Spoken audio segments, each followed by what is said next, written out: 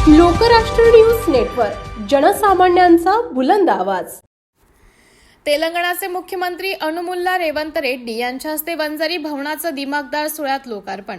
वंजारी समाजाचे तेलंगणामधील एकमेव आमदार व्यंकटेश कालेरू यांच्या पुढाकाराने वंजारी संघम तेलंगणा यांच्या मार्फत उप्पल येथे उभारण्यात आलेल्या वंजारी भवन या वास्तूचं लोकार्पण करण्यात आले।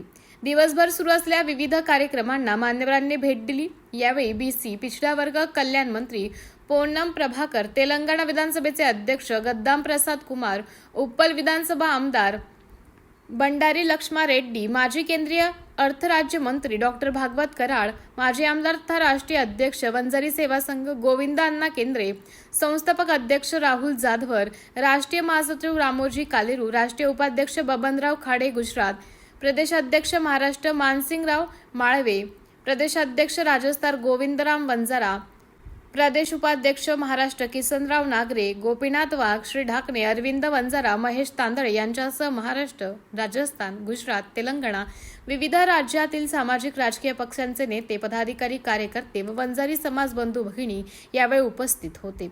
डॉक्टर विनोद खाडे, लोकराष्ट्र। लोकराष्ट्र न्यूज, एक विचार समाज विकासाचा, वेगवान आढावा ताज्या घडामोडींचा, बातम्यांबरोबरच शेती, उद्योग, शिक्षण, साहित्य, कला, मनोरंजन आणि बरंच काही।